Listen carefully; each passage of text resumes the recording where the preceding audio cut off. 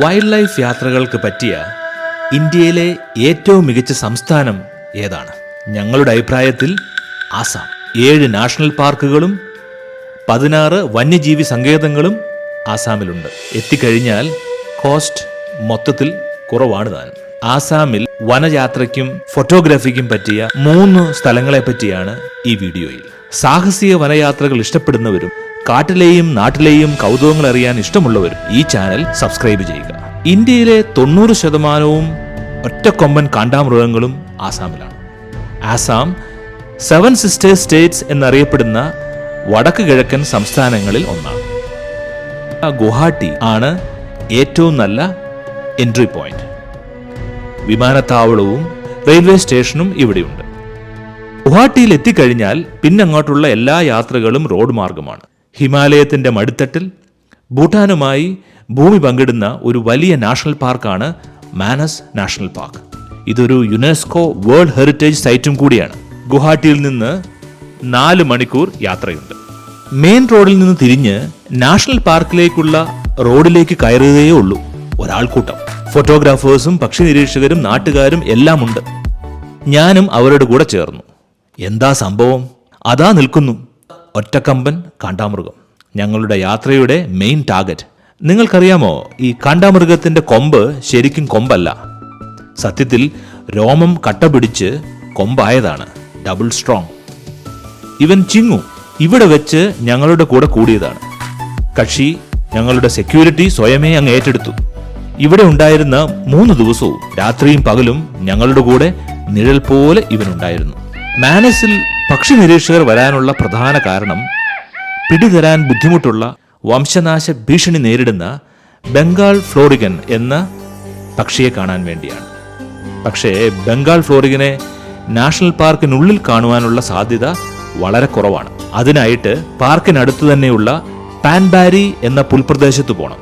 ആയിരക്കണക്കിന് കിലോമീറ്ററായി പരന്നു കിടക്കുന്ന ഈ പുൽക്കാട്ടിൽ ബ്രീഡിംഗ് സീസണിൽ, അതായത് ഏപ്രിൽ മെയ് മാസങ്ങളിൽ പക്ഷികളെ ആകർഷിക്കാനായി ആൺപക്ഷികൾ ഉയർന്നു ചാടിക്കൊണ്ടേയിരിക്കും. അപ്പോൾ എളുപ്പത്തിൽ സ്പോട്ട് ചെയ്യുക. ഉച്ചതിരിഞ്ഞ് 2 മണിക്ക് തുടങ്ങിയ തിരച്ചിലാണ്. ഇപ്പോൾ ഇരുട്ട് വീഴാറായിരിക്കുന്നു. തിരച്ചിൽ അവസാനിപ്പിക്കാൻ തുടങ്ങിയപ്പോഴാണ് ഞങ്ങളുടെ ഗൈഡ് അങ്ങ് ദൂരെ 2 ബംഗാൾ ഫ്ലോറിഗൻ പക്ഷികളെ കാണിച്ചു തരുന്നത്, ക്യാമറ കണ്ണുകൾക്കും അപ്പുറത്ത്. ഇവർ മാത്രമല്ല ഈ നാഷണൽ പാർക്കിലുള്ളത്. 360 ഇനം പക്ഷികളെ ഇവിടെ റെക്കോർഡ് ചെയ്തിട്ടുണ്ട്. അവയിൽ ചിലതിനെ കുറച്ചുകൂടെ എളുപ്പത്തിൽ റോയൽ മാനസ്, അതായത് മാനസിന്റെ ഭൂട്ടാനീസ് സൈഡിൽ കാണാൻ കഴിഞ്ഞേക്കും. പക്ഷികൾ മാത്രമല്ല, വന്യമൃഗങ്ങളുടെ കാര്യത്തിലും ഒട്ടും മോശമല്ല Manas national park. Indian rhinoceros, water buffalo,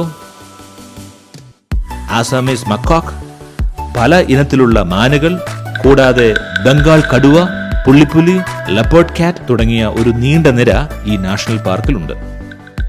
ഇവിടുത്തെ ഒരു ആനക്കൂട്ടത്തിന്റെ കാര്യം ബഹുരസമാണ്. 2ാം ദിവസം സഫാരി യാത്രക്കിടയിൽ ഒരു ഇൻസ്പെക്ഷൻ ബംഗ്ലാവിന് മുമ്പിലാണ് ഈ ആനക്കൂട്ടത്തെ കണ്ടത്. ഒച്ചപ്പാടൊക്കെ ഉണ്ടാക്കുന്നുണ്ട്. നമ്മുടെ പഞ്ചായത്ത് ഓഫീസിന് മുമ്പിൽ കാണുന്ന ലോക്കൽ സമരങ്ങൾ പോലെ. ആദ്യം ഞങ്ങൾക്ക് കാര്യം മനസ്സിലായില്ല. ഗൈഡാണ് ഈ സമരത്തിന്റെ കാരണം പറഞ്ഞു തന്നത്. മാറ്റർ സീരിയസ് തന്നെയാണ്. 2 വർഷമായി ഇവരുടെ ഉപ്പ് റേഷൻ കിട്ടുന്നില്ല. മനസ്സിലായില്ല അല്ലേ? പണ്ട് ഇവിടെ ഒരു ഫോറസ്റ്റ് വാർഡൻ ഉണ്ടായിരുന്നു. അദ്ദേഹം ആനകൾക്ക് ഉപ്പ് തിന്നാൻ കൊടുക്കുമായിരുന്നു. കുറച്ചുനാൾ കഴിഞ്ഞപ്പോൾ വാർഡൻ സ്ഥലം മാറിപ്പോയി. സർക്കാർ മൃഗങ്ങളെ ഫീഡ് ചെയ്യുന്നത് കർശനമായി നിരോധിക്കുകയും ചെയ്തു. അങ്ങനെ ഈ ആനകൾക്ക് ഉപ്പ് കിട്ടാതെയായി. കരിവീരന്മാർ അങ്ങനെ വിട്ടുകൊടുക്കാൻ തയ്യാറായിരുന്നില്ല. അന്നു മുതൽ എല്ലാ ദിവസവും അവർ ഇവിടെ വരും, കശപിശ ഉണ്ടാക്കും. ഫോറസ്റ്റ് ഉദ്യോഗസ്ഥന്മാർ എന്തെങ്കിലുമൊക്കെ പറഞ്ഞ് അനുനയിപ്പിച്ച് മടക്കി അയക്കും. അങ്ങനെ ഒരു ദിവസത്തെ സമരമുഖമാണ് ഞങ്ങൾ കണ്ടത്. 2 ദിവസമെങ്കിലും വേണം മാനസ് പാർക്ക് കാണാൻ. പറ്റുമെങ്കിൽ ഒരു പകുതി ദിവസം കക്കേജന എന്ന റിസർവ് കാണാൻ പോകുന്നത് ഉത്തമമായിരിക്കും. കാരണം അത് ഗോൾഡൻ ലംഗൂറിന്റെ ഏറ്റവും നല്ല ആവാസ വ്യവസ്ഥയാണ്. Citing almost guaranteed. മാനസ് കഴിഞ്ഞാൽ നമ്മൾ പോകുന്നത് നാമേരി നാഷണൽ പാർക്കിലേക്കാണ്. 7 മണിക്കൂർ നീളുന്ന ഒരു യാത്ര. പ്രധാനമായും ആസാമിന്റെ ഔദ്യോഗിക പക്ഷിയെ കാണാനാണ് ഈ യാത്ര. പക്ഷിയുടെ പേര് സ്പോട്ട് വിങ്ഡ് ഡക്ക്. അടുത്ത ദിവസം രാവിലെ ഒരു ഫോറസ്റ്റ് ബോട്ടിൽ നാമേരി നദി കടന്ന് ഞങ്ങൾ വൈറ്റ് വിങ് ഡക്കിനെ കാണാൻ പോയി. കടത്ത് കടന്നാൽ കാട്ടുവഴികളിലൂടെ 1 കിലോമീറ്ററോളം നടക്കണം ഡക്ക് വരുന്ന കുളത്തിലെത്താൻ.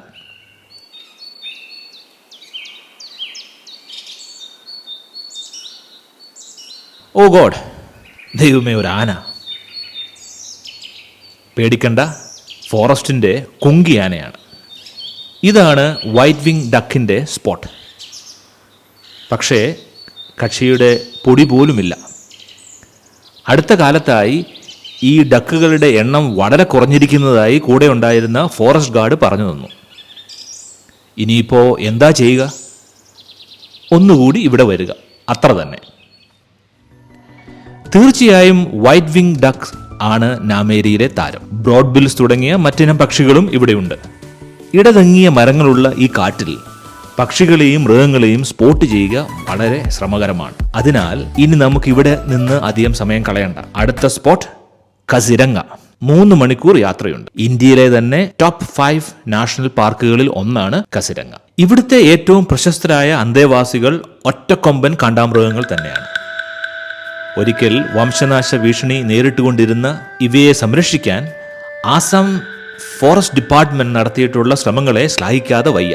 കുപ്രസിദ്ധമായ പോർച്ചർമാർക്കെതിരെയുള്ള ഷൂട്ടഡ് സൈറ്റ് പോളിസി ഉൾപ്പെടെ.